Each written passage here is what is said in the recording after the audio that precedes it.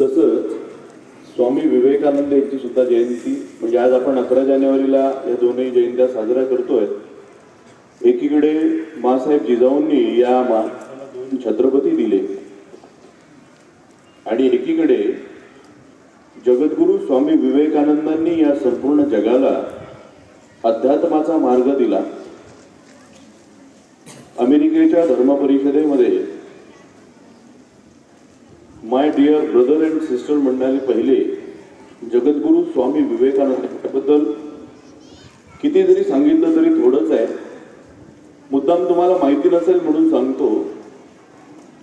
पूजनीय महाराज श्री पूजनीय शुभदास महाराज श्री यांना रामकृष्ण मिशन जे आहे स्वामी विवेकानंदांचं, त्याच्यामध्ये जायचं होतं, ध्यान करायचं होतं, आयुष्यभर संन्यास घ्यायचा होता।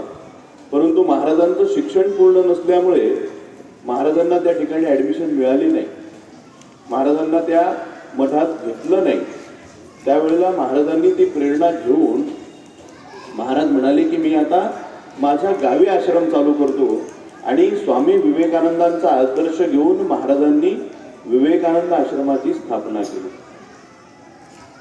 आणि तिथून एक माणूस विवेकानंदांचा कर्म सिद्धांत अंगीकारून किती मोठं कार्य, अलौकिक कार्य निर्माण करू शकतो हे आपल्याला महाराजांच्या कार्याला बघून आपल्याला हे कळतं। त्याच्यामुळे या दोनही राष्ट्रमाता राजमाता जिजाऊमा साहेब जर घडल्या नसत्या, जन्माला आल्या नसत्या तर हे हिंदवी स्वराज्य निर्माण झालं नसतं। त्या माऊलीच्या पोटातून हिंदवी स्वराज्याचं स्वप्न निर्माण झालं आणि राजा शिव छत्रपतींनी ते स्वप्न अस्तित्वात आणलं। आणि वी आर सो लकी